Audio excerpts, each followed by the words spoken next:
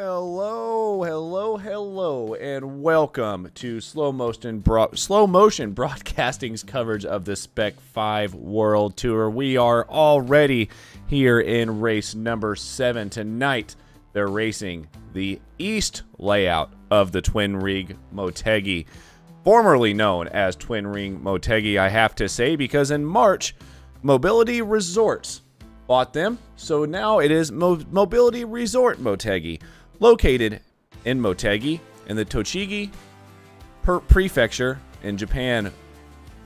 The circuit's name came from a facility having two racetracks, a 2.493 kilometer, 1.549 mile oval, and a 2.983 mile road course. It was built in 1997 by Honda as part of the company's effort to bring IndyCar Series to Japan, helping to increase their knowledge of American open-wheel racing. The oval was last raced on in 2010, and on March of 2022, the track name officially got changed to Mobility Resort Motegi, coinciding with the 25th anniversary of the facility. The road course's most notable event is the Japanese Motorcycle Grand Prix. My name is Adam Thompson. I am joined in the commentary booth, as always, by Mr. Alex Anderson. Alex, welcome in. What are you feeling about tonight? My expectations could not be higher for this race, Adam. We have had 3 phenomenal races in a row with Road Atlanta, and then we had some of the greatest racing I've ever seen at Phillip Island, then to Watkins Glen with another great show from these guys there. I don't think it matters where we take these guys. Hell, we could take them to Mount Washington and have them do a 1v1 tournament down the hill, and they would still put on probably one of the greatest shows I've ever seen on iRacing. So I have high expectations for this race, and I really hope they continue to live up to them. It just amazes me, right, how amazing that the racing is between the two leagues that we cover, with that being, my goodness, AMS, and we cover XTC and Spec-5. The racing in all of these series, all of these leagues have just been absolutely amazing so far. With that being said here, Motegi looks like it might be another one of those races, because there are definitely some drafting opportunities. Yeah, and the drafting opportunities, they're going to be big. I apologize for that delay. We've got some long straightaways here with this track with some high-speed corners. Really? Not a lot of heavy braking zones. You're gonna see one down in turn 1. Maybe that long hairpin, that last corner, and the second to last corner. And I believe that is turn 6 as well. You're definitely gonna be some braking contests into there as well. But these straightaways, even if this layout isn't that long, these straightaways carry the track length with how long they are, especially with these high-speed corners. So using that slipstream effect, I definitely believe that there's going to be a lot of close racing with these guys using the slipstreams to just be able to stick to each other's bumpers down these straightaways. Yeah, I think you're right. And right now we are here watching Otis Adams Jr., who we were talking before the broadcast started, Alex. You said, and I quote, "I am waiting for the day that Otis Adams wins one of these open class races." He's been close, hasn't quite been able to get it done, and he was very close last week at Watkins Glen. Yeah, and over the past 3 races that I've watched in this series, he has been one of the most consistent and fast drivers I have seen, especially out of the open class and even overall. So if he doesn't, I'll be shocked if he doesn't win one of these races before the end of the season. I don't want to give him the commentator's curse, but he has been bad fast for 3 weeks straight from the races I've covered. So I'm really excited for him to see what he can do in the closing races of this season. Yeah, me too. And right in front of him, we've got Greg Brockway, a sponsor here, one of the main sponsors, as well as an admin here in the league for Spec-5. He owns GB Consulting Incorporated, and he provides the computing power that makes the Spec-5 World Tour possible. So thank you very much, Greg, for being able to, as we watch him go off the track, for putting some money in on this, and for for allowing us to commentate Spec-5, as well as Brennan Horn, who's not out there on track, but Brennan Horn owns Brennan.Horan Photography. You can find him at www.brennanhorn.com. houran-photo.com/contact. If you want to get hold of him, he does all kinds of photography. Obviously, he's very big in the Spec-5 world, but as of right now, he does all kinds, including any iRacing needs you guys may have. So that is enough about the sponsors, and we are about to watch Mr. Greg Brockway come out here for his first qualifying lap. It is a 15-minute qualifying, however many laps you want to hop in and get in there, but this first lap is not going to be timed, obviously. Have you driven this track that much here on the road, Alex? Well, I'm not going to lie. I did actually have a league here that came here for ARCA cars. It was a winter all-road course season. ARCA cars for either 42 or 57 laps. I'm not sure. And it was a very big challenge. With this track, either I'm bad at sim racing or I just can't figure this track out, because it was just a disorienting mess for me. Especially, we were on the Grand Prix layout. I know these guys are on the East layout here today, but on the Grand Prix layout, the first 4 corners are basically the exact same thing. So either I'm bad at sim racing or the track is confusing, but I was having trouble figuring out where I was and what I was doing most of the time. But definitely a challenging track for myself, but these guys seem to have no problem with it. And definitely with that is going to come some really close racing from these guys. It really is, and as you saw in practice, there were some guys up there at the top, but this was the fastest guy in practice for quite a while. Wasn't really able to check in there at the end to see who actually came out on top, but that is Tom Rath right now that we're about to watch come across the line very shortly and start his lap, and you will see eventually the track map come up so you can see where they are and where they're running. You'll see at the bottom of your screen the split times for all of these drivers as they come across the line. Looks like Tom Rath is about to cross the line here to start his lap momentarily. So we're about to watch him here come into turn 1. This isn't the turn 1 that is on the actual Grand Prix track that you were talking about, Alex. The turn 1 is a hairpin on the Grand Prix track. Here, it's just a 90-degree right, but then you start getting into these left rights, and I think this is where we may see some issues for some of the drivers tonight. Yeah, and obviously left-right fast-moving chicanes, we've seen them be trouble in real life and on the sim. It's just very difficult to go side-by-side through these corners, or through those type of corners, while maintaining speed, and we've seen plenty of drivers make mistakes through there. They just try and go side-by-side through a fast direction-changing corner, and it's just very hard for the car to remain stable when you're trying to go through there as fast as possible while simultaneously racing a car that's to your left or right side. So, we've seen some issues in these type of corners in the past. I wouldn't be shocked if we see one here tonight again. Absolutely, as we just watched Brian Zabelski get a little bit wide there, but that's okay. I really don't know track limits on this track and how much it's going to affect the drivers here tonight. But it doesn't look like they can really, I mean, if you're exploiting track limits, you're in the grass and you're definitely going slower. Yeah, not a lot of room for error at this track as Ryan Zabelski sets the fastest lap, and Zach Burke instantly goes faster, about 4/10 faster with a 1:35.621. But going off track here as Mitchell sets the fastest lap, as we're going to see that continue, as we just see the 13 go off track as well. So track limits, you can't really get away with them here, as you would see normally at a Formula 1 track or a different kind of road course. With this, you got to be very precise. You got to time your corners perfectly and make sure that you do not hit that grass on exit, because if you hit it and you hit it way too fast, you're going straight off the track and into the guardrail. Yeah, you are. It's going to be interesting to see how these drivers are able to navigate this. A little bit of information about tonight and how it's going to go. So this is the first sprint race that we've covered here for the Spec-5 World Tour. They have 2 20-minute sprints. I believe, how does this work? Maybe he'll let me know. I believe, no, it doesn't say in here, but Brendan, I think, is watching the stream, and he can tell the viewers if I get this wrong, but I believe after the first race, the top 8 get inverted to start the second race. So this is a lot of strategy, maybe some strategy game involved here, but they don't have to worry about pit stops. They don't have to worry about tires. We are going to see an all-out brawl for 20 minutes, 2 times tonight, Alex. Yeah, and speaking of that strategy, with the top 8 getting inverted, you are gonna see the fat. I wouldn't be shocked if we see some of the fastest guys out on the racetrack try and sandbag the first race to maybe get themselves a 6th or 7th place finish. So that way they would start in the top 3 for the second race and get some points that way.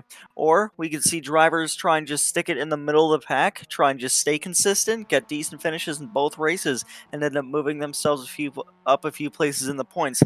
But with no pit stops being needed, everybody's going to be a lot closer together on the long run. You aren't going to see cars split up and end up with 3 cars racing out there solo for the lead. I wouldn't be shocked if we see 4, 5, a 6 car pack coming to the white flag and racing each other for the win, which would get very chaotic. And with that top 8 being inverted, we would definitely see some drivers that are a bit more off pace starting up front if none of the top guys choose to take that strategy run to try and start better in the second race, which may also cause some confusion on the initial start of the second race.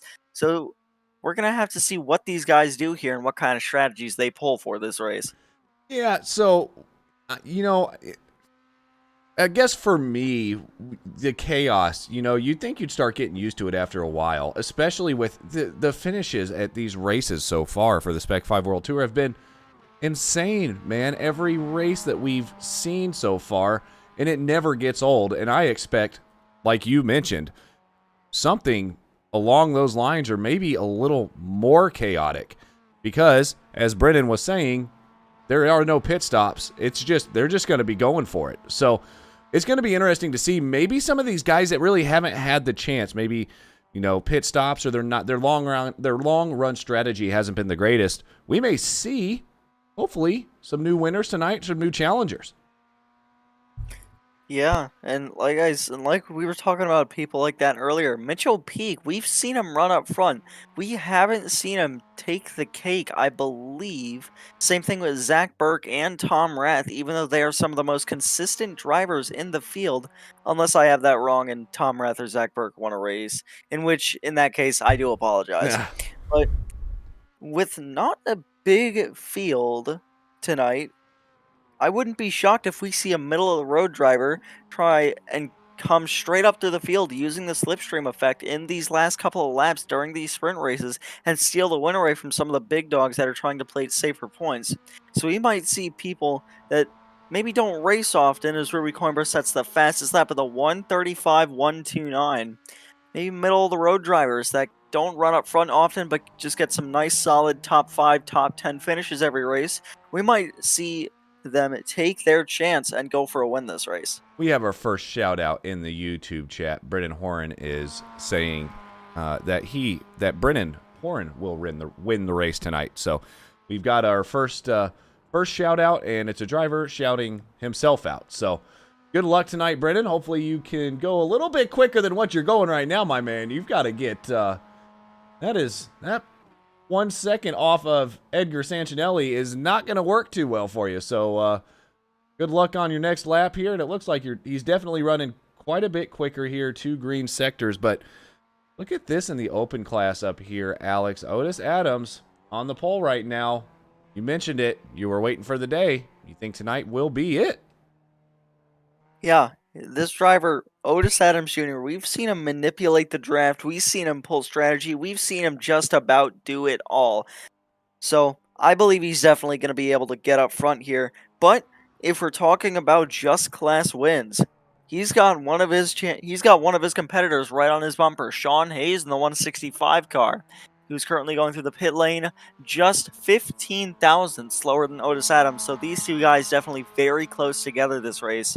So Sean Hayes, if I'm him, honestly, I'm going to see if I can follow Otis Adams as he tries to navigate his way through the field and just try and pull a last lap, maybe last corner move even, to try and take that spot away from him if I'm going for the championship. Yeah, absolutely. And speaking of the championship, we'll go ahead and get the points up here for you guys real quick. We'll go to the pro class first and show you right now Rui Coimbra, who is qualified right now, second place overall as well as second in class, in the lead with 318 points with Tom Rath at 294. But look at this between second, third, and fourth.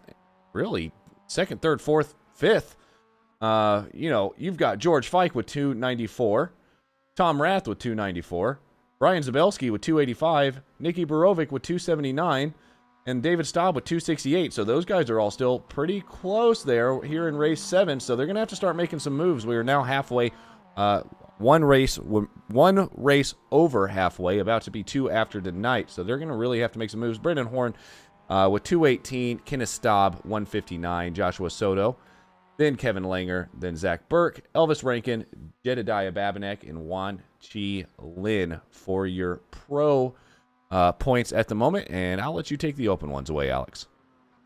All right. I just got to apologize in advance in case I say any names wrong. I just got to get it out of the way. I feel like a substitute teacher trying to take attendance. But leading the open point standings is Simon Foweather with 263 points. Following him is Sean Hayes in second with 256. A close battle for second, third, and fourth. You got Greg Brockway with 254. Charles Vaccaro with 248. Just barely behind Hayes. Michael Sand rounds out the top, or Michael Sand and Asensio, I apologize, rounding out the top 5 with 238 points. Otis Adams Jr. currently P6. Jose Gonzalez in 7th. Paulo Coimbra in 8th. Charles Boley in 9th, Joe Camilleri in 10th, Edgar Sancinelli in 11th, Josh Olson 12th, Stephen Hellowell in 13th, and John Casey rounds out the Open Championship in 14th. Yep, so you can see that these drivers are definitely still racing 4 points. I mean, that second place in the pro class is up for grabs at the moment. And wouldn't you know it, it's up for grabs. And look at these guys here on the track. Tom Rath back there in 4th place right now, which isn't a bad place to be, remember, as they do invert the order here for the second race. But being in 4th place, not where you want to be for either one of these finishes, honestly, because you're going to be stuck in the middle no matter what. Yeah, 5th, 4th, 5th, 6th place, doesn't matter. Heck, even if you finish 4th or 5th, you're just going to go down one spot. If you finish 4th, you're starting 5th. Second race, you finish 5th, you're starting 4th. So, it goes back to this strategy. If I'm one of the championship guys and I don't feel comfortable starting in the middle of the field, I'm probably going to pull a bit of a sandbag, try and finish 7th and 8th, try and set myself up to start up front in the second 20-minute race tonight. Yeah, we are watching out here with Otis Adams right now. You can see he isn't really making any gains on the time that he's already set of a 135.296, but he doesn't need to. As Sean Hayes is out, everybody is done except Otis Adams, so it looks like he may be trying to get one more lap in here, maybe just trying to get a little bit of practice in as well. Starting 5th is going to be very dangerous. I know he's probably looking at that leaderboard and that, or where he's at right now in his timing tower, and he's thinking, oh no. Yeah, and if I'm him, I'm probably going to definitely try and get away from that spot. It looks like he's going to have time for just one more lap here before qualifying ends. So Otis Adams, he might have just looked at that leaderboard, saw him P5 right smack dab in the middle of the top 10, and was like, oh, heck no, I'm going to try my damn best to get out of here. And it looks like that's exactly what he might be doing here. He's going to come through turn 1, then, and I think he's just messing around at this point. Skips the East layout, goes straight to the Grand Prix. Probably just to have a bit of fun. Maybe butchered turn 1 a little. So he's just coming down the front stretch here, just weaving it and slamming the brakes. So looks like that'll be the end of the run from Otis Adams Jr., as he's going to tow back to the pit lane. So the race info for tonight, right now, look at that track temp. 102 degrees. Not that warm. You would think for this track. So you wonder how these guys are going to be struggling on grip, maybe for the first couple laps with cold tires. 60% humidity, partly cloudy with 9-mile-an-hour wind. I don't think these Miatas really have to worry about any of that as much as that track temp, Alex. It's kind of cold, not super cold, but it's a little chillier. Yeah, and that temp, it's going to greatly affect the way these race cars handle. Usually with a cold track temp, the track isn't very grippy. You can't get out there and just go straight diving into corners. But then with a hotter track temp, you're going to see any driver go into a corner with a hotter track temp as hard as they can. If you're on a hot racetrack and you got cold tires, that car will fly around there. Doesn't matter how tight or loose the setup is. And with these track conditions, looks like it might just be a tad bit in the middle. So these guys are going to have to try and not play too safe as if it were a cold track, but not be too aggressive as if it was a hot track. Just set some consistent laps, get some consistent finishes, and set themselves up for the end. Absolutely, and here we go. Looks like we do have the grid now with Zach Burke qualifying first. Almost got down to the 134s, runs a 135.004. Does a great job, really, as Rui Coimbra qualified second. About 1/10, almost 2/10 back. Mitchell Peak there in third with Tom Rath in fourth. Those are the top four. They are in the pro class. But Otis Adams has company there on the third row of Sean Hayes with another open class driver right beside him. And then back to the pros with Brian Zabelski, Jordy Fike, and Brendan Horn. And then here we go with the opens again. Jose Gonzalez, Charles Vaccaro, Greg Brockway, Edgar Santinelli, and Nicky Borovic are going to round out the field tonight. Not used to not seeing this few cars out on track for Spec 5. Yeah, and with a smaller field, you got to think that the people that are just a little bit behind in points are going to just try and be aggressive as possible to take advantage of their competitors who are missing this race to try and make up some spots and set themselves up to try and take the championship at the end of the season. I wouldn't be shocked if we see some of that from these guys, but also I wouldn't be shocked if we see these guys just try and play this as safe as possible. If they can play it safe here, just get themselves a nice, decent, consistent finish in both races. That's going to shoot them way up in the points, way more than winning one race and finishing dead last in the second one would. So it's going to all depend on how these guys are feeling. Maybe some people that are a little bit behind, they're going to try and run up front in both races, try and maybe even win both of them. Or you're going to see some guys that just try and get some nice, clean, consistent finishes for their races just to make up spots that way. Or if they're championship later, they're just going to roll around and try and just gather as much points as possible without putting themselves in danger. Absolutely, and there we are following on with Zach Burke. It's going to be a shorter pace lap. You can see they're starting about halfway around the track. That right there that they're coming through is turn 6 and now through turn 7. I can see this back part of the track getting a little bit tricky for these guys. You know, look at the exit of turn 11 all the way down to turn 1. Definitely going to be some passing opportunities there as they're going to catch a whole lot of draft. And then that exit of turn 5 as well, that, you know, the little S curves that you see there is going to be important as well because they're going to get into turn 6, which looks like another heavier braking zone. And then this back part of the track starts getting pretty technical. Yeah, and with these technical sections, you might see these guys going single file to try and preserve their cars. As technical sections are pretty fun to drive, but they're pretty scary to go side by side through. As in a technical section, very tight racetrack, very fast direction changes, and even slower hairpins in the middle of one. But as we see the long straightaways on this track, even going through the technical sections single file, it's going to be really interesting to see what moves they pull and how quickly they can put themselves back in safety as they come to the technical sections of this racetrack. Well, here we go. We are about to enter turn 11. You're going to see the pace car pull off. You can see Burke giving that pace car some room. They're going to come through 11, and then we're going to be lights out, and it is going to be a drag race because you can see how long that straightaway is from turn 11 into turn 1. So here we go. Round 7 of Spec-5 World Tour here at Motegi. Waiting for the green lights. Waiting for them. Waiting for them. Waiting for them. Still waiting for them. Then here we go. We're going green. Looks like Burke got a pretty good start with Rui Coimbra still side by side with him. We're going to see 2 by 2 by 2 by 2 all the way down here into 1. They're going to have to get it figured out, though, before they get into 1, Alex. Yeah, Zach Burke, he gets his nose out front. Rui Coimbra not giving up that easily. Stays side by side with him through turn 1. Burke barely clears him as there's 2 by 2 right all the way behind them through these fast left and right curves. And there they go. That's Paulo Coimbra, excuse me, not Paulo Coimbra, a different hashtag, not a team car. Tom Rath off track as well. And already, disaster for some of these guys just through turn 2. And it looked like one of them might have gotten squeezed. You see Tom Rath up there going in side by side. Looks like he just tries to make the corner, turns down into the 22.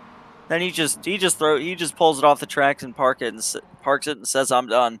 Yeah, the 22 car of who is that? Yep, Otis Adams Jr. Was involved. I guess I gave him the commentator's curse. I said I didn't want to, but well, here we are. I'm sorry, Otis. I wasn't trying to. Trust me, if you can keep that car riding pretty down there in 8th place, you'll definitely be able to get up front in the second race. So I know you can't hear me, but don't get your hopes down too much. You got this. Oh, yeah, I think he's still in contention there. He's caught back up to that field, which is good. Hasn't lost the draft yet. And we're about to see maybe a move. Again, this is going to be an all-out scrap because they're not saving tires. They are trying to go right now. Zach Burke in 4th with Rui Coimbra trying to chase him down, see if he's going to be able to get enough of a slipstream. Doesn't look like he is, actually. That's impressive. Zach Burke must have had a great exit out of turn 11 into 1. And they're all single file here right now. I don't see any overtakes going on right at the moment. Everybody's keeping it pretty clean. We'll bring up the gains for the drivers from the start now that we are on through lap 2. Looks like the biggest mover right now is Edgar Sancinelli. Up 3 positions from the start, so he's doing a pretty good job. We watched Edgar Sancinelli in the AMS race on Tuesday night do a very good job. Yeah. Edgar Sancinelli, he's doing a great job, already up 3 spots this race. Same thing for Jordy Fike. He's up 3 spots as well after starting 8th. So great showing from Edgar tonight. He just needs to keep that car clean and try and get himself into the top 8 where the spots invert to try and get himself to start up front for the second sprint race. As we take a look at Sean Hayes currently riding in 4th in a drag train between all these guys as Mitchell Peak got around Rui Coimbra somewhere along there. And coming down into turn 11 and down that front straightaway, this is where you're going to see the slipstream start to take effect. So you take a look at the replay. Mitchell Peak just gets a great exit, takes that run, pulls right around Rui Coimbra. Yeah, that is a very good maneuver by Mitchell Peak to be able to get that done.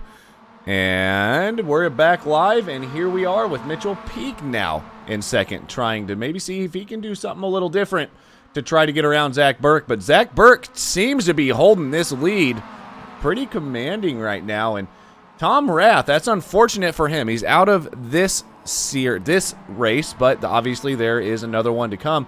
He was one of the faster guys in practice, so hopefully he can get his revenge, or not his revenge, but bounce back there in race 2. So here we are right now. They're now going through the S's. It's pretty single file, honestly. My goodness, Greg Brockway gets really wide back there. Yeah, and it looked like, I believe his hashtag not a team car with him as well did the same thing. That was I saw 2. That was not Greg Brockway. That was Brendan Horn getting extremely wide as well. And that was Otis Adams behind him, yes. Yeah, Otis Adams Jr. went with him out of, I believe that is turn 5.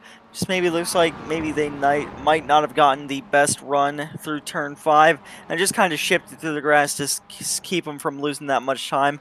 And worked out pretty well for them. They kept up their times, and they're still keeping with this front field.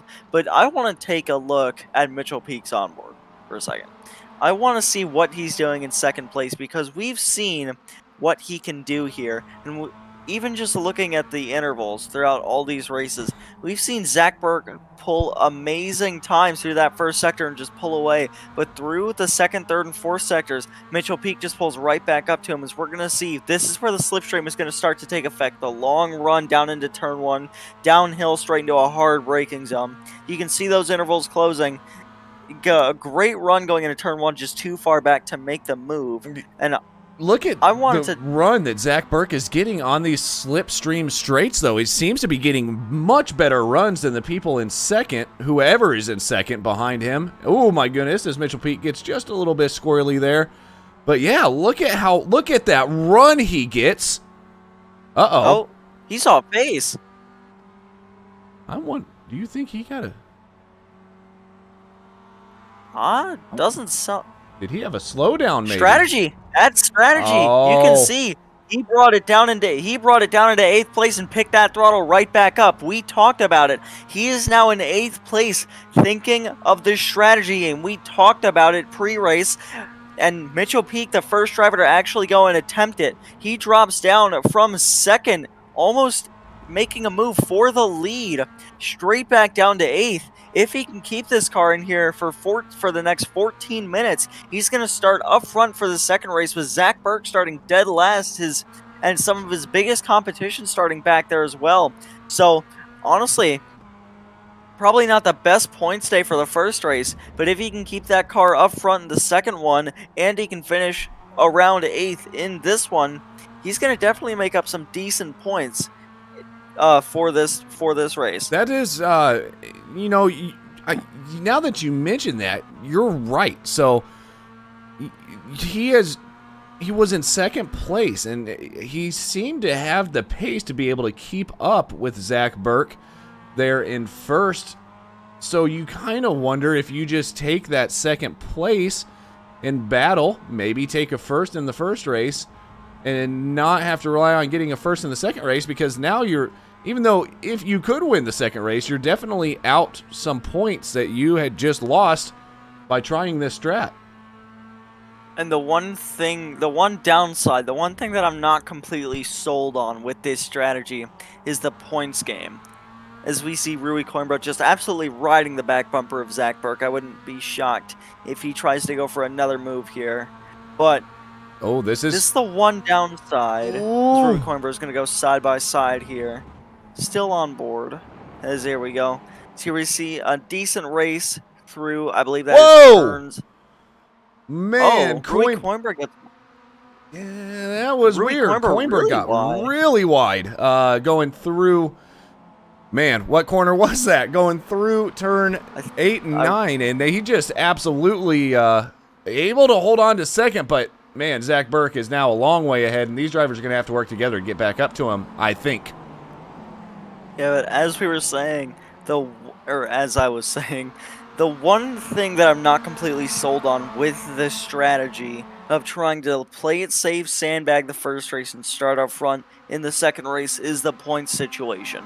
If I'm Rui Coimbra and I'm leading this points championship for my class, I just gotta think, if the driver goes down to 8th, sandbag, starts up front, wins the second race, you have to think of what that's going to do. As we see Rui Coimbra, he's got a comfortable lead in the points, but you have to think, if Rui Coimbra were to sandbag, I'm not saying he will, as we see Brennan Horn go off track again, if he were to sandbag, he would definitely lose points in this first race. But if he starts up front and wins that second race, he might make up a decent amount of points, but he might not make up enough points from where you would from finishing 4th both races. Well, yeah, and that's kind of where I'm at, where my head's at too. So if you finish first now and you start 8th, clearly you've got the pace to be able to get back up there. Maybe not all the way up to first, but definitely a top 3, maybe a podium position even for that second race. Yeah, it's only a 20-minute race, but that's plenty of time. As we're watching these guys, you can tell they've got plenty of time to make moves, because we're only 9 minutes and 30 seconds into this. So Mitchell Peak has gone back past around Otis Adams again. I wonder if these guys are just playing, not trying to jinx anything here or spoil anything, but we watched a pretty crazy race there at Jeddah in F1 with Max Verstappen and Charles Leclerc trying to let each other around so they could get slipstream. I wonder if that's what's going to happen here. It's going to be a race to see who can cross the line in 8th instead of 7th. We may see some crazy stuff here at the end of this race. Yeah, and you just gotta think, they're sitting a comfortable 5 seconds ahead of Charles Vaccaro. You just gotta think, how desperate is one of these guys gonna be to finish 8th? Like, if they're coming through turn 11 and they're side by side, we get to that front straightaway, and now they're just checking up and they're just trying to let each other by. You just got to think, how desperate are they going to be to finish 8th? Because honestly, with how Mitchell Peak dropped back there, I wouldn't be shocked if he just tries to wall himself or just tries to push Otis Adams in front of him across the line, which, I'm not going to lie, in my opinion, would be absolutely fantastic to see. Even if it's a battle for last, it would still be amazing. Well, us being up here in the commentary booth, that would definitely be something that would be get us pretty excited as we do see these guys up here still, they're really just holding station, all of these guys. And I'm wondering if this is, again, maybe strategy play, or maybe they just cannot pass at the moment. Yeah, and it's just like DRS trains in Formula 1, except with these cars, you're going to get stuck in a draft train. Even if two cars get side by side, the slipstream down these straightaways isn't going to be enough for everybody to make a move on each other, which is what we've seen in some races in the past. We've seen guys, they've been able to get right up to each other's back bumpers, but they just cannot pass each other due to a draft train being formed, where if you pull out a line down that straightaway, you're just going to lose all your momentum and plummet to the back of the field. Well, as I say that, Rui Coimbra just got very brave under the brakes and made up all of that time that I thought he had lost. But look at the amount of a gap that Zach Burke can pull through those S's every time they get to a slipstream section on the track. Zach Burke just pulls away. And Zach Burke has done a great job up there, but even with him being that fast through these first 2-3 sections, it just isn't enough for him to pull out of draft range. And even if he could, down the straightaways with the draft from Sean Hayes, Jordy Fike, Brian Zabelski, all those guys behind him, they're just going to give Rui Coimbra a run down the straightaways using just the bubble draft, which the bubble draft is where you're essentially giving your draft run to the car in front of you. And if we see that happening down the straightaway, it just immediately closes that gap no matter how far front you can get out. So watch this. You can see the line that Burke has taken compared to these guys in second, third, and fourth. I believe Coimbra may be trying to get just a little bit defensive, which is why, as well, now Burke is actually trying to break the draft. But I think Coimbra may have to be getting a little bit defensive, which is allowing Burke to get a better run out of these corners, which is allowing him to keep this lead where it's at. But who knows? And I do have some information from Mr. Brennan Horan. Hey, Alex, it's the top 7 that get inverted. So now it's a race between Otis Adams and Mitchell Peak for 7th. Whoa, well, my goodness. Who was that just got wide? Speaking of Mitchell Peak, I think that was him. It was. Yeah, just same thing we've seen from various drivers throughout this race. You go through fast to that section, you just end up going straight off track just to minimize the speed loss because of how quickly that chicane shifts back to the left. So, especially with that, we saw right there, he's able to keep up with Brian Zabelski. Even though that happened, he's going to go wheel to wheel with him through, I want to say turn 8. Yes, that is turn 8. He's going to clear him before they get to turn 9. And Brian Zabelski, if he wants to make that spot up or try and start second in the next race, he's just got to try and use that slipstream or just try and ride in line. But as we look at Brennan Horan, if I'm him, I want to get up into 7th place and get that invert spot. But he's going to have a lot of work to do to get up there. Otis Adams sitting a comfortable 1.3 seconds in front of him. So he has to set down some really consistent lap times for the next 5.5 minutes if he wants to have a shot at the invert position. We have seen these drivers make some mistakes, though. So I wouldn't put it past Brennan to be able to get up there into that 7th position. But I do want to talk about Otis Adams. Again, we talked about it at the beginning. I'm going to continue to say it.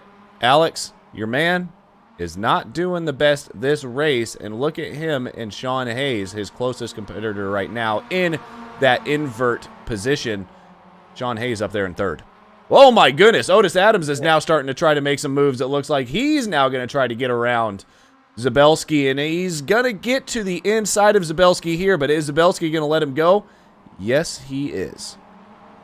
Yeah, Brian Zabelski, a very fast driver, but if he's already that far back, I honestly say he just might want to go for that transfer position to try and start up front. But Otis Adams Jr. has to be thinking the same thing, which goes right back to what we talked about with there being a battle for last coming to the line with guys checking up, trying to push each other across the line, and even walling themselves to try and not finish the race in 6th just to get that extra position edge in the 2nd race, which would be amazing to see.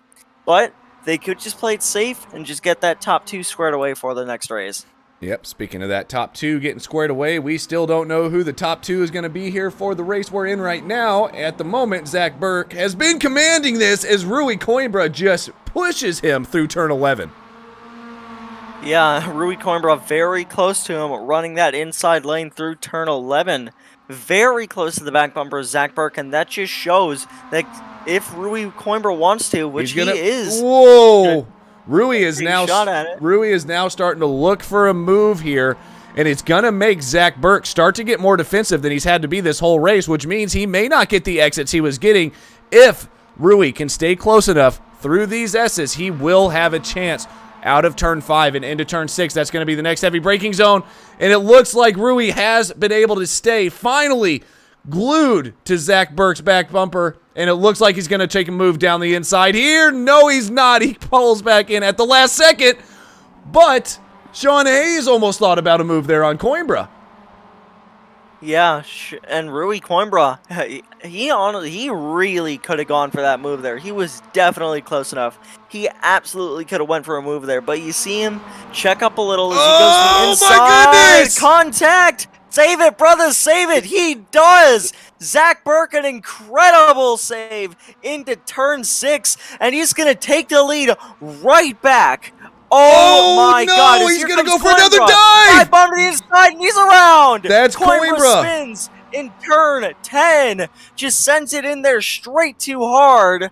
And that's going to send him back down to 7th, and now Rui Coimbra in the transfer spot. But Brennan Horn going to take it away as they come into the last corner, turn 11. Man, and we were sitting here saying that Brennan Horn wasn't going to be able to, and then I said, but wait, these drivers are still racing. Mistakes can be made. Now, Brennan is going to have to get extremely defensive for these next 4 minutes, next 2 minutes, actually, because we know how quick Rui is. Tried 2 dives there on Zach Burke. Made contact the first one, able to save it. The second one, not so much. Yeah, it looked like he just sent it in there way too hard. Wasn't able to make it stick. Drifted outward straight into Zach Burke. And I got to take a moment and just applaud this save that Zach Burke had going into, I believe that was turn 8. Just absolutely incredible driving. Completely sideways through that corner. But as we look at this battle for the transfer spot, as judging off the time, I believe they'll be coming to the white flag this time by. It's going to be Brennan Horn versus Rui Coimbra for this transfer spot. This isn't 6th and 7th battling. This is 7th and 8th battling. I wouldn't be surprised if they race as hard as they possibly can to take this spot away from each other, as if they can finish up there, they'll be starting up front for the second race. Yeah, and do not sleep on Brennan Horn. You've raced him. I've raced him. I've watched him race. This guy knows how to wheel a car around a track. So maybe this was his master plan all along. Probably not, but I'm going to say it was, and I guarantee you he will as well if we are able to interview him later on in the evening. But right now, Alex, through turn 11, what do you do if you're Rui Coimbra? You've already tried to make a sin that didn't work out. Do you do it again, or do you just hold station and start 8th?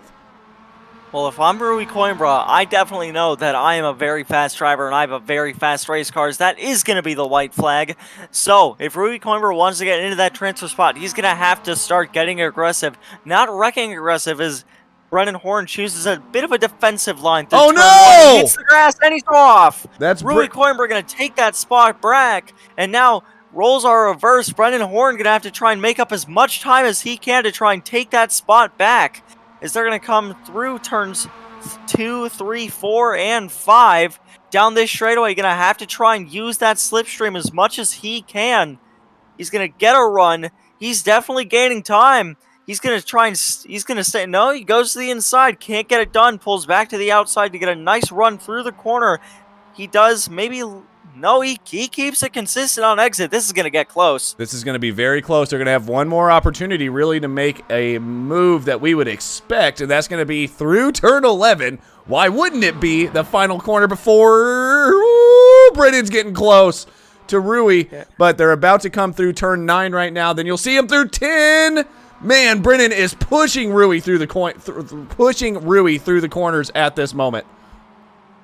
Yeah, as up front, Zach Burke gonna win the race, but it is not over yet for these two drivers. Brennan Horn, not the biggest straightaway. He's gonna have to try and do all he can here. Onto the brakes, into turn 11.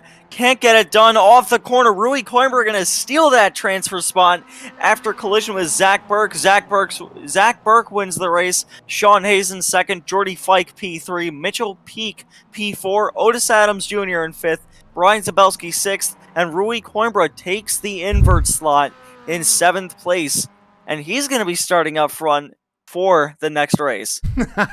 We do have a bit of communication here. We've got some people talking to us in the YouTube chat. Hannibal Morris said, dude, this strategy throwing everyone off. I was wondering what he was going to do too. Yeah, I know. And he was talking about that battle for what we thought was 8th, turned out to be 7th.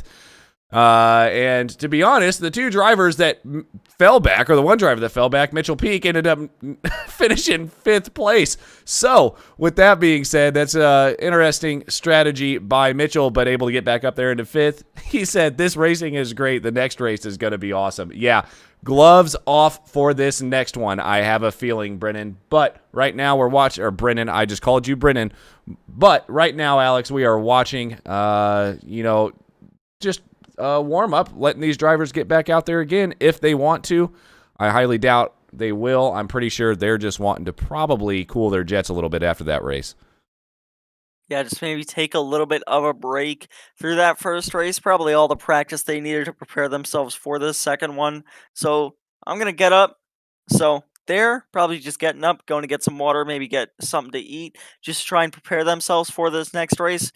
Another 20-minute sprint, as we're going to see them get it. You thought they were aggressive last race. They're about to turn it up to 11 this race. They're going to get really aggressive here. We saw Rui Coimbra throwing insane moves at Zach Burke, even spinning himself in turn 10. I wouldn't be surprised if a bunch of drivers do some things of the same caliber, just desperate to try and make up moves, especially if you're starting towards the back after finishing up front in the first race. Speaking of getting up and going to get some water, Alex, I'm going to do just that. We're going to take a quick listen from our sponsor, and then we have Brennan Horn there, who finished 8th with the battle when we come back.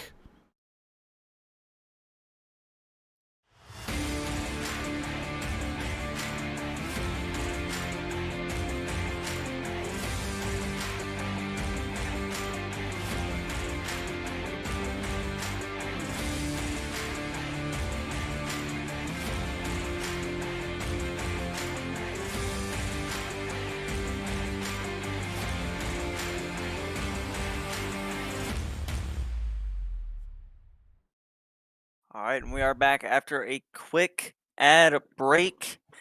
Adam Thompson just taking a little bit of break, has to leave. But a phenomenal first race from these guys. We have Jordy Fike in the booth after his race. Jordy, tell me how you feel after that one and how you were able to finish, I believe, in P3 at the end of that. Yeah, feeling hot and sweaty, and kind of like I always do, following around that lead pack, trying to stay connected and picking up points where I can get them when people run into trouble. Really never had maybe one shot at Sean on the second to last lap, but the guys behind were so close. If you take that and you don't make it stick, you give up 2 or 3 spots. So in the first race, is it really worth it? So I just played gentleman's driver and stuck with the plan and picked up some points. Just want to stop by see if you guys had. It is hard to pass here. It's you would think going down that hill you get a run, but it's really, that's actually one of the tougher spots to try and pass is getting that big run down the hill. It's just not quite enough time to do it. This car seems to like a draft a little bit better going up a hill. Yeah, Jordy, I'm back. Thank you, Alex, for taking that. I did actually was going to ask you exactly that. So we're sitting here on the info screen and we're looking at where the start-finish line is. Turn 11 seems like it would be pretty good, but I'm thinking right now after watching that first race through the S's, if you can stay close enough, turn 6 is where we saw a lot of those overtaking opportunities. Yeah, if you can through that cut, if you can get a big launch through that cut, you can definitely make a nice run, and I think that's probably the best chance they make a move. I think that's where Sean was putting Zach under any kind of pressure he was, and that's where I think I would have my best chance at Sean until the one lap I needed him to kind of mess that up, he nailed it. Absolutely. So, with where you are starting in this second race, Jordy, you're going to be racing all out for a win after hearing now that there may not be the passing opportunities that we thought there was going to be. What is your mindset here for the first 15 minutes of this race number 2? Just like trying to get a good start and slot into line. Some of these guys are so fast with Zach and Mitchell, and when Tom's on his pace and Rui, those guys are all just so fast on pure pace. And if you can just stay with them and then wait till you get a chance, to do something later. Really, I should be racing with the group of guys in the next group down from that. But I'm not afraid to throw a toe hitch on these guys and get myself pulled around the track a little bit. Well, absolutely. And the warm-up session has just ended, so Jordy, we'll let you get to it. Hopefully we're talking to you at the end of the race. All right, guys. You have a good broadcast. I'll stop by if it warrants it. All right. Sounds good. Sounds good, Jordy. I'll throw you back up there at interview waiting. And if you ever want to chat with us, be more than welcome to hop on in. Thank you very much. All right. That was Jordy Fike there. Right now, we will pull up the grid here for race 2, and we can see Rui Coimbra starting in first with Brian Zabelski in second. Otis Adams Jr. back up there in third place again with Mitchell Peak in fourth. Jordy Fike starting fifth. John Hayes in sixth. Zach Burke in seventh. Brendan Horn missed that transfer spot as he went wide and watched Zach Burke drive right around him and continue on to take that, or Rui Coimbra drive right around him and continue on to take that transfer spot with Jose Gonzalez ninth. Charles Vaccaro 10th. Greg Brockway 11th. Edgar Sancinelli, 12th, Tom Rath, 13th, and Nikki Borovic in 14th place. Brennan, what do you think, man? I don't believe Brennan is here right now. I apologize. Alex, what do you think, man? I'm doing that. I've now done that twice. Our other commentator for SMB is Brendan Horn. So I commentated with him on Tuesday night for AMS. So I will probably get you guys mixed up more than just these 2 times, but I'll try to keep that to a minimum if I can. Alex, I apologize. What are you thinking for this race number 2? All good, but if I'm Mitchell Peak and Otis Adams, I know, and Brian Zabelski as well, I know I am one of the fastest guys on the racetrack. And Rui Coimbra up there, also one of, if not the fastest car around the racetrack. So, I wouldn't be surprised if they start to be aggressive early, try and make some moves to try and get around Rui Coimbra before the end of this race, where it'd be too late to do anything. As we've seen moves to be pulled off in turn 1 occasionally, but we've also been told by a driver himself, Jordy Fike, that it is not an easy passing zone out there, even with the slipstream run. So, we're going to have to see what they do to try and get around Rui Coimbra in the opening, middle, or late in this next 20-minute race. So we do have Nikki in the chat said, Nikki here, wish I could be racing. We wish you could be racing too there, Nikki, but that's okay. We'll see you next time. He says he cannot wait till Spa. Hannibal says, I wish I could be there and I'm not even in the league. Hannibal, there are open spots in this league. If this is something you'd be interested in, go ahead and reach out. I will reach out to you. I can send some information if Brennan gives it to me and find a way to get you into this league. But for now, we're going racing for the second time tonight for another 20 minutes. Here we go. Green flag drops as it looks like Mitchell Peak is going to try to get a run and make it 3 wide immediately, but he has to get back in line.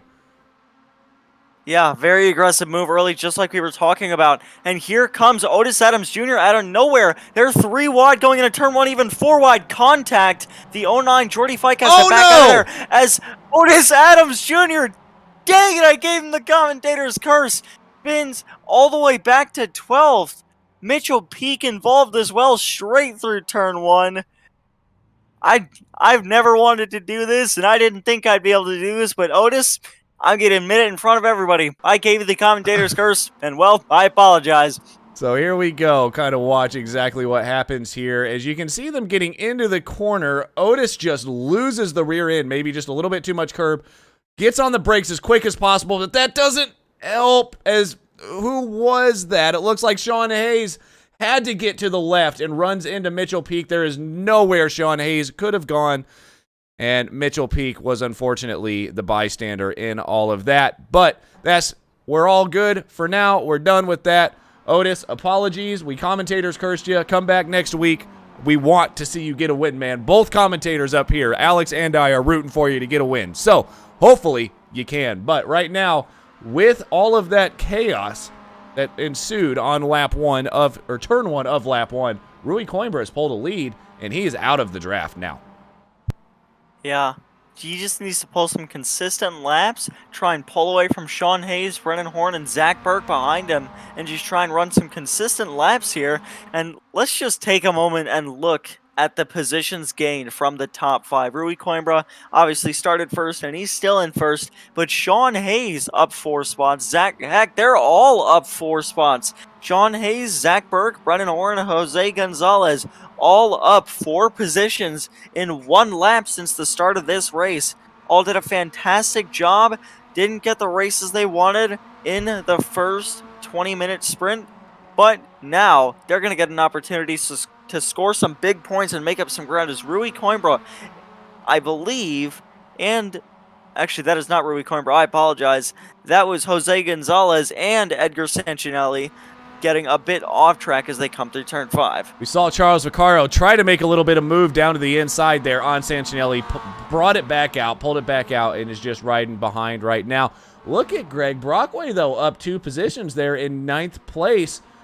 That would be 5th overall for Greg there in the open class. I will make sure to get that class display up for you guys so you can see the designations. Pro drivers are in red, and the pro drivers are in red. Open drivers are in blue. Man, I am tongue-tied tonight. Yeah, but some great racing so far. Rui Coimbra, it's only the end of the second lap, but he gained around 4 or 5 tenths of a second that lap. Even with Sean Hayes going as fast as he can, Rui Coimbra just continues to pull away. Zach Burke, with how much of a gap there is, not able to provide much help down these straightaways. So I can't think, unless Rui Coimbra makes a mistake or Sean Hayes can just set down some really fast laps, I can't think of how Sean Hayes would be able to put himself back in contention for this win. So we're riding right now with Jordy Fike, who we interviewed before the race, the start of race number 2. Jordy was mentioning that the draft isn't really as good as what I expected it to be honest, Alex. And you can see that here, as it looks like that gap up front is back down to 1.6 now. Maybe, just maybe, Rui had a bit of an incident or an off track, but nothing too bad. But yeah, so Jordy here in 6th, down 1 position. I think he had to kind of dodge what went down in front of him, but he's about to make that move on Jose Gonzalez, and he's able to get it done up into 5th place. Look at this gap, though, up front. It's closing. It's coming down. So maybe, I don't know if Rui may just be trying to save a little bit of tires to have him at the end, or if he really is losing just some time. Yeah, Sean Hayes just trying to push it as hard as he can. Actually lost a bunch of time through turn 10. Gonna lose 2 tenths of a second over the entire lap as here comes Zach Burke trying to make a move around the outside through turn 11. Sean Hayes gets the nose out front mid-corner, but Zach Burke almost gets the run off the corner, and he's going to have a nice slipstream down this front straightaway. And Rui Coimbra probably loved those last 2 corners, as the 2 cars that he is racing for the lead still going side by side. Zach Burke on the brakes. He's going to clear Sean Hayes into the corner. Sean Hayes, he's going to try and go back at it as they come into turn 2. Oh, there's contact!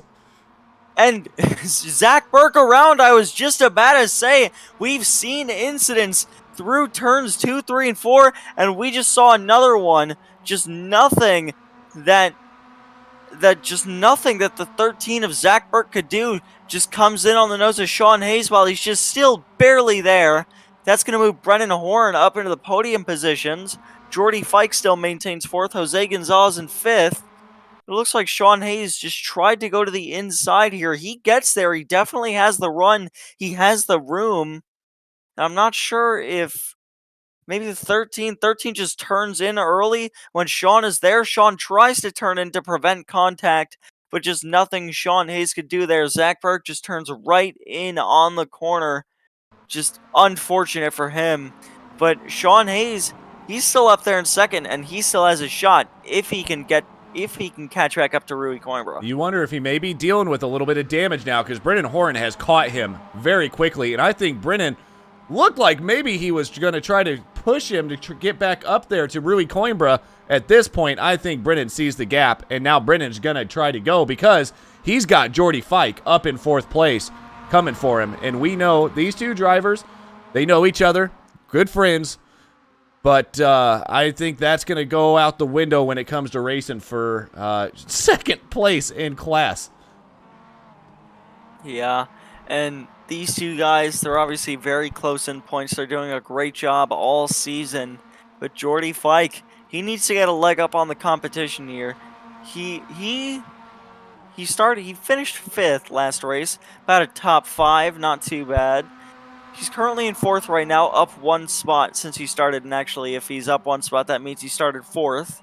Or he finished 4th last race, I do apologize. So he is up 1 spot in the spot that he finished the previous race. So he can just finish here, just get a nice, clean, consistent finish. Maybe get around Brennan Horn. He'll make up some decent points in the championship. But up front, the points day for Rui Coimbra is going to be a field day for him. Already in a comfortable lead of the point standings. And this is only going to add on to that. Yeah, it really is. I think Rui is doing exactly what he needs to do. He's been able to stayed out of trouble into turn 1, and chaos kind of ensued behind him. But I do want to go back to what Jordy Fike was saying, Alex, for just a second about making it being difficult to pass. Is look at Brennan now trying. He gets onto the back of Sean Hayes and maybe trying to push him just a little bit wide to get through him on turn 11. Brennan's going to have to decide where to go here because Jordy Fike is there. But as we mentioned, passing is not easy around here, so this could get very interesting. Is Jordy Fike about to make this 3 wide? I don't think so. Jordy Fike, he's just going to pull back in line and just wait for his opportunity. But Brennan Horn gets around Sean Hayes as Jordy Fike sends it deep in there, almost makes contact with Hayes. And if Rui Coimbra can see this battle going on in his mirror, he just has to absolutely love what's going on behind him right now. He just has a comfortable 3.7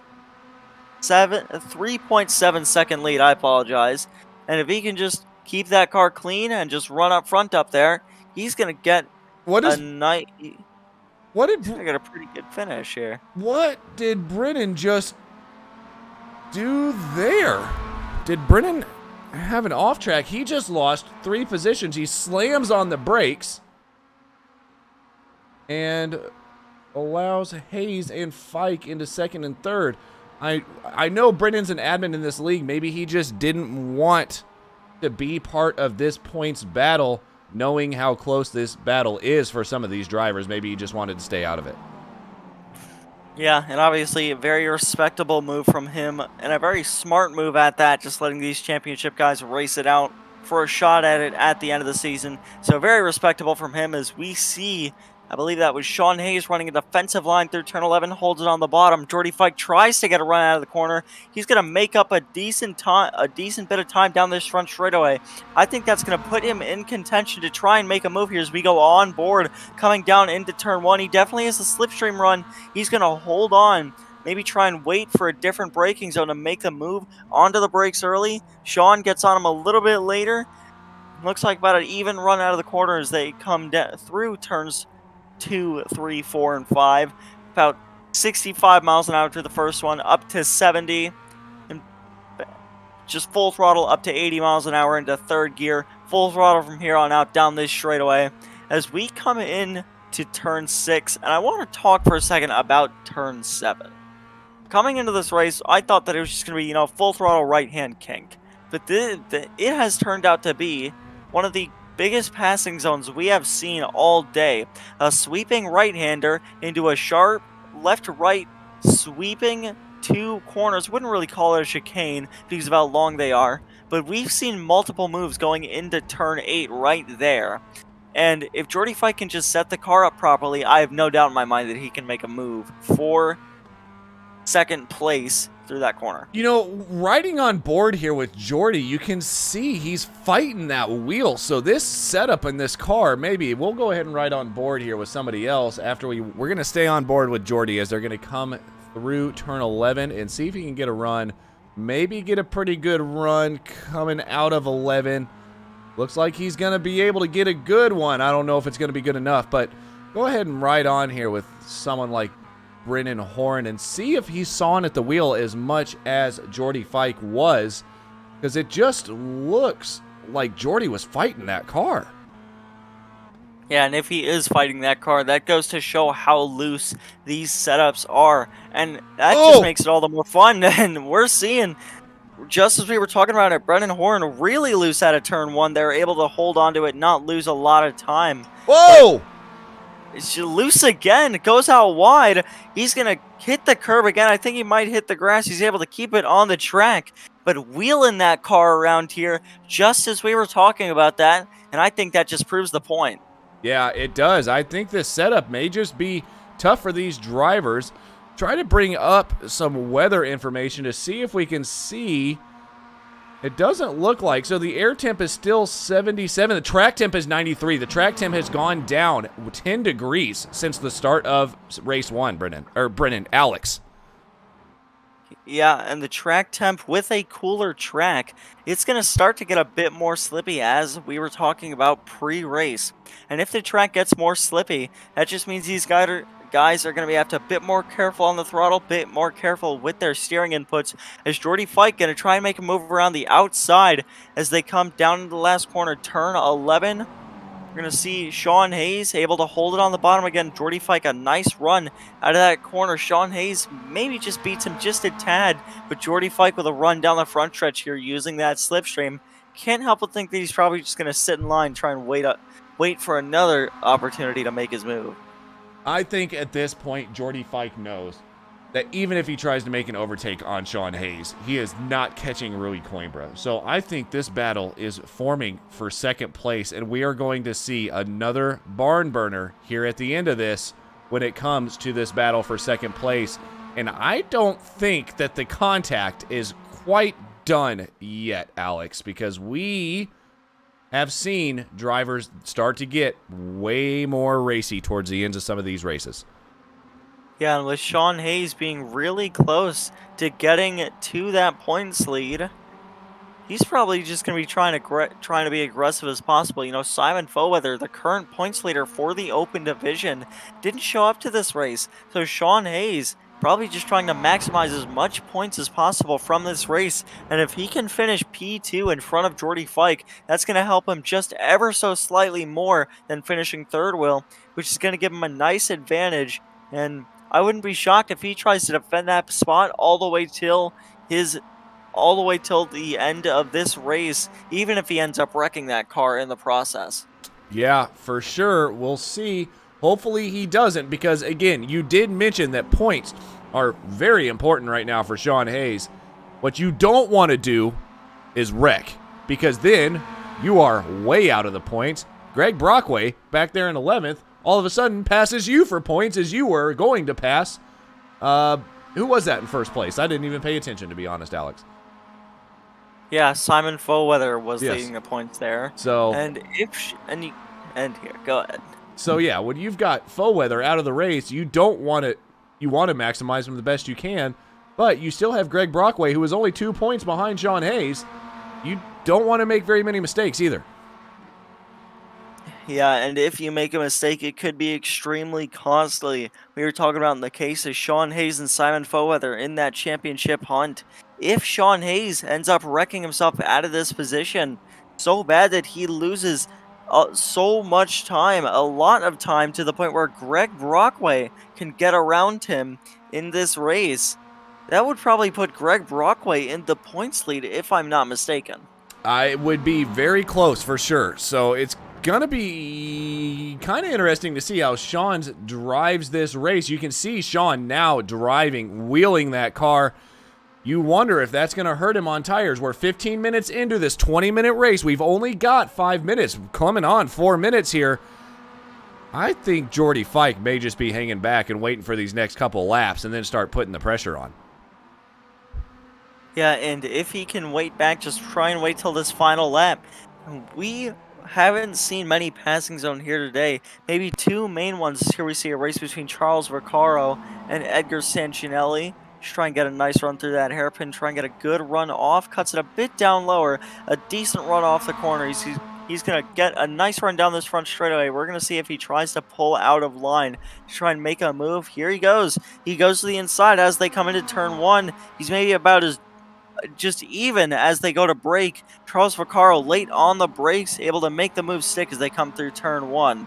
You can see Sancinelli there tapping the brakes just a little bit. I don't think he wanted to get into any incidents, but that allowed him to take a much flatter line through that corner. You can see him. He's already back onto the back of Charles Vaccaro, but it looks like Vaccaro has now made that move stick as Sancinelli and Vaccaro both get a little bit wide.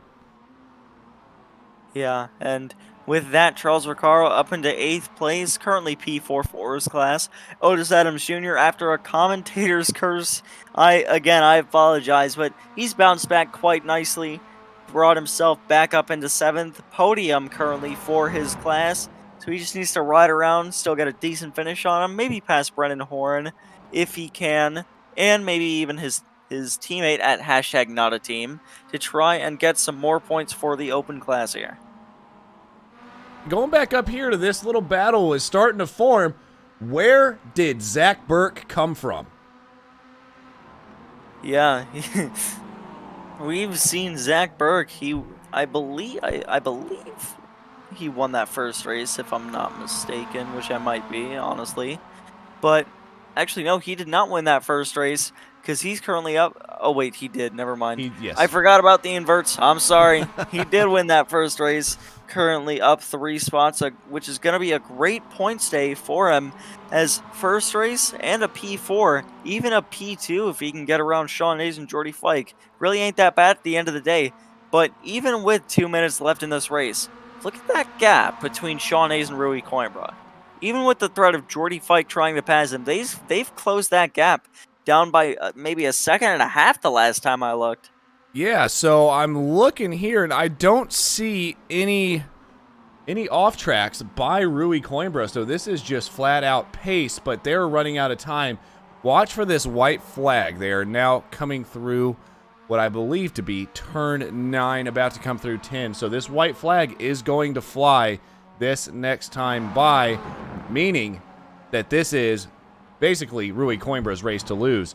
But Zach Burke, coming from out of nowhere, definitely wants to get... You want to talk about maximizing points? Zach Burke is maximizing points today as of this moment, Alex.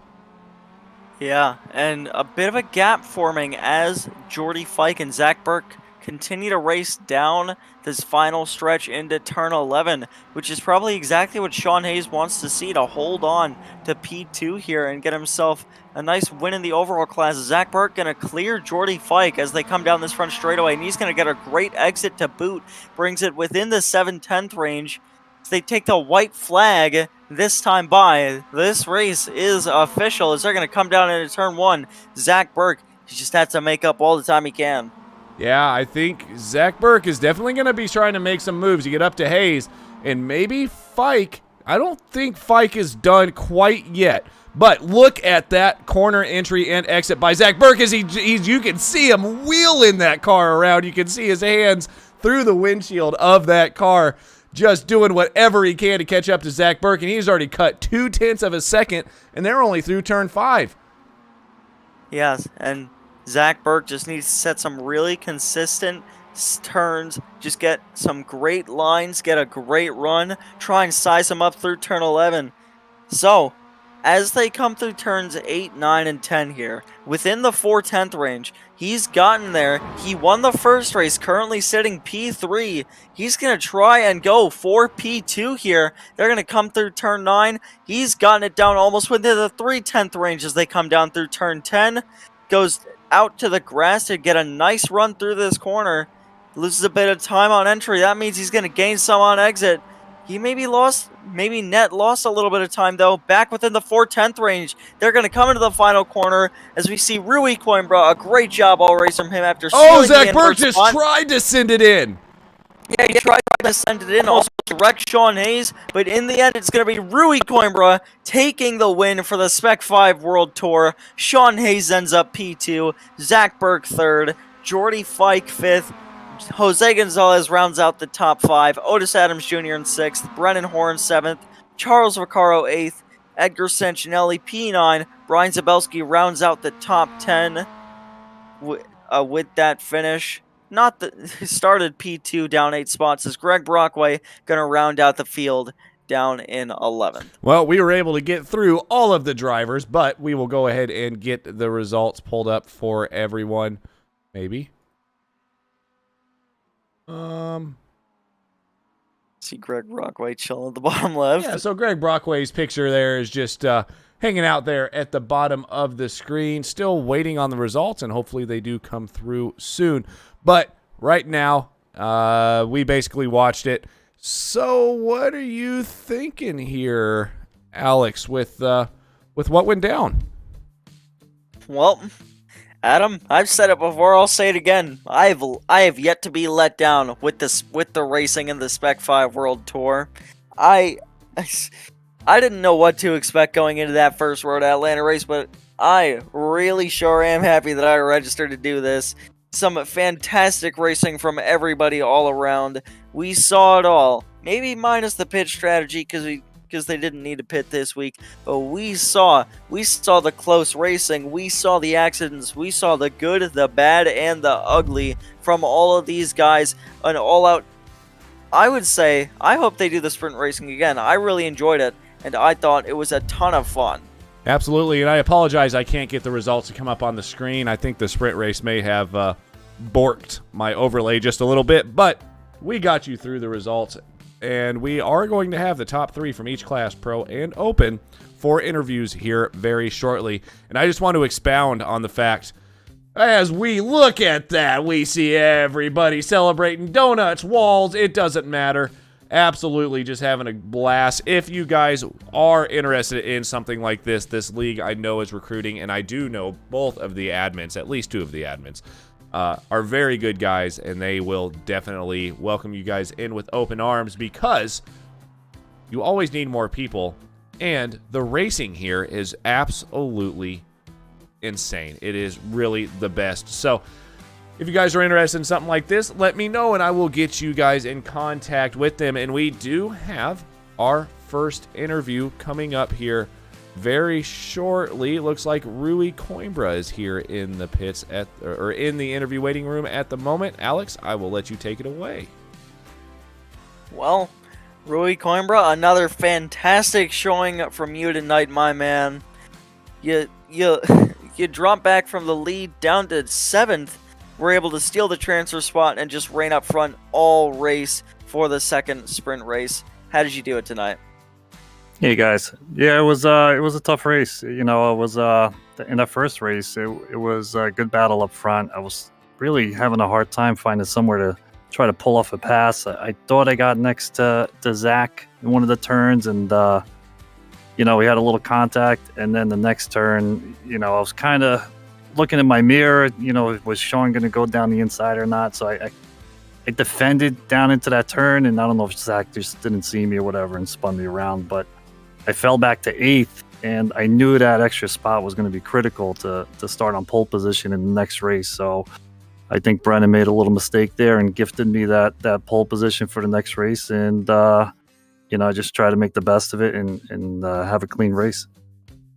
Yeah, well, you did a great job at doing that, but I got to go back to lap 1. Obviously, a pretty big accident between Jose Gonzalez, Sean Hayes, and I believe that was Mitchell Peak as well. What exactly happened there, and do you think that you were a part of it? I heard a lot of commotion behind me. I know Mitchell was out of the race. I didn't really see what happened. I'm actually looking at the replay now, but I went on green. You know, I made the mistake once where I went before green. I had forgotten, so I was waiting for the green to drop before I started going. I think that just bunched up the field a lot. Yeah, well, you were still able to overcome that. And taking a look at the end of the race here, one lap, maybe 5-6 minutes to go, I saw you with a comfortable 3.5-second gap.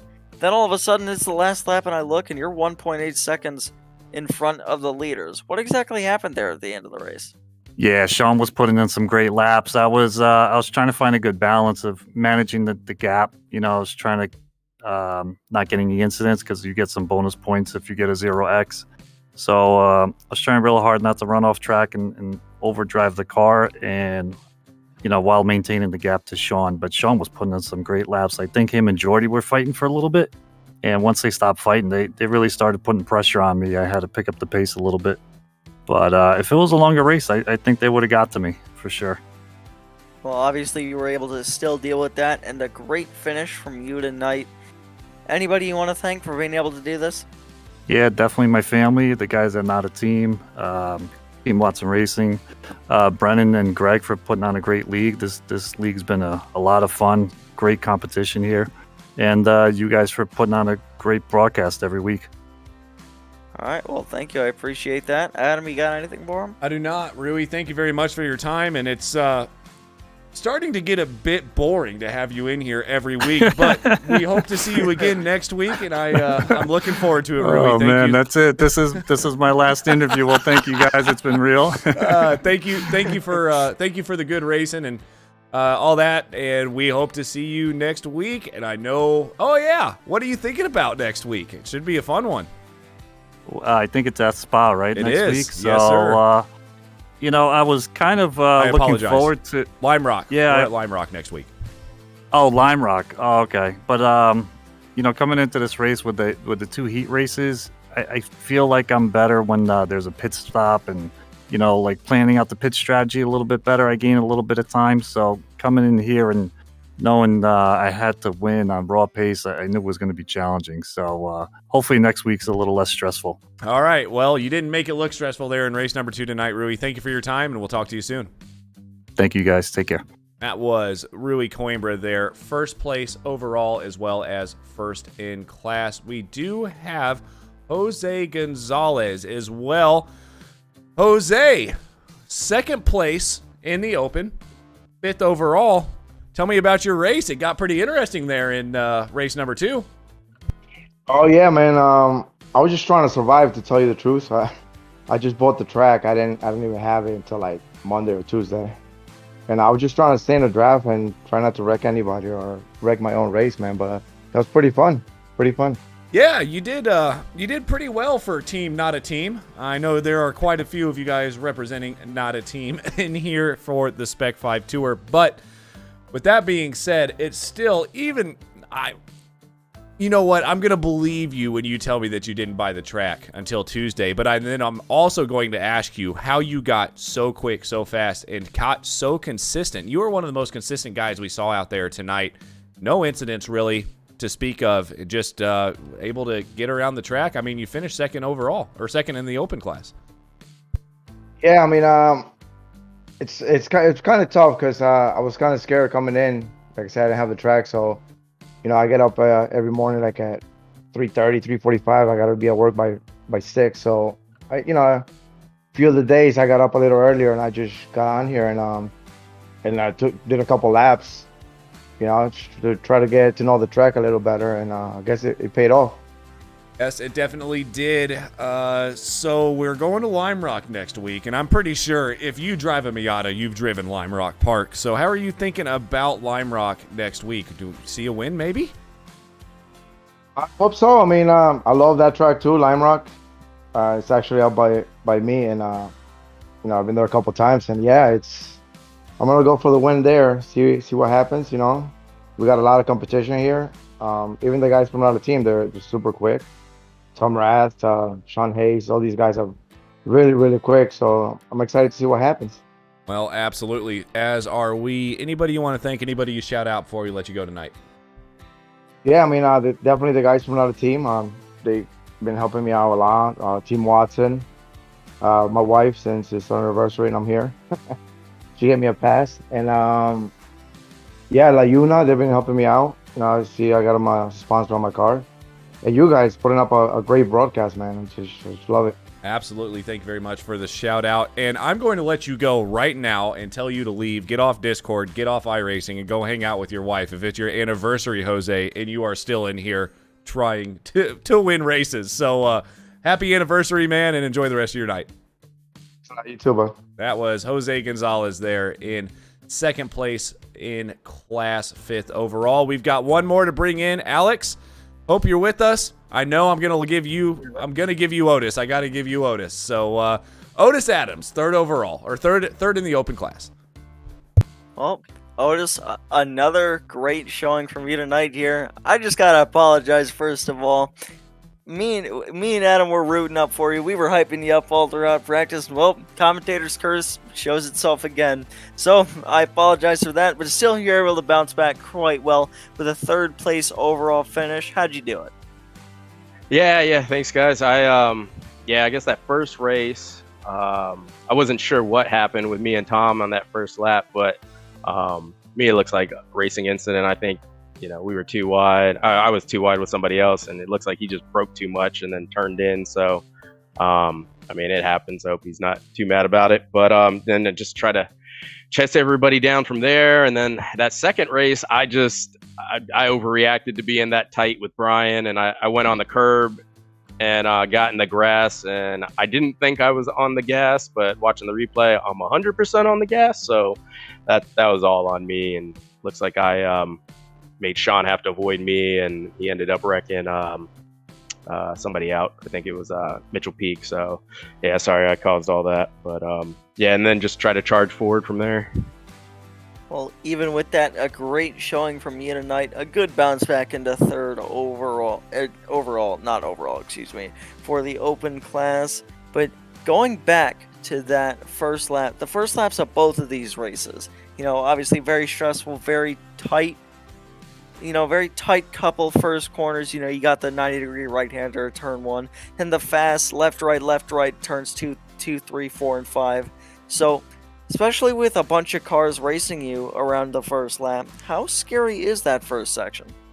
It's tough. I normally probably play it a little too safe on first laps. Normally, I got a little Valtteri Bottas in me and tend to lose spots, but it's so hard to pass here. Me and the guys were practicing a few times this week, and it's just so hard to pass. So I knew you couldn't really just give spots away. So, and I think everybody kind of figured that out because we were so tight those first few laps. And with these S's and these quick corners, it's really tough.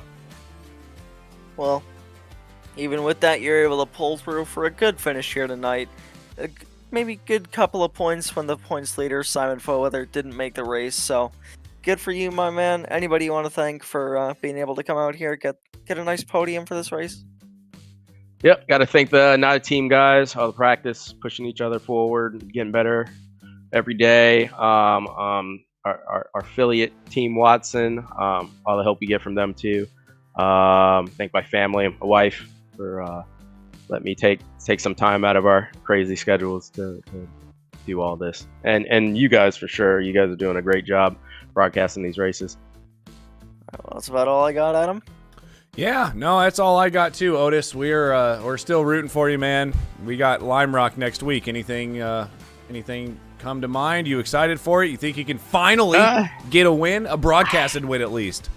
Yeah, this race I thought I'd get an overall podium the way practice was going, and just it didn't work out. So Lime Rock is a track I'm normally fast at, but that is a track I crash a lot at. So not too hopeful for that, but we'll see.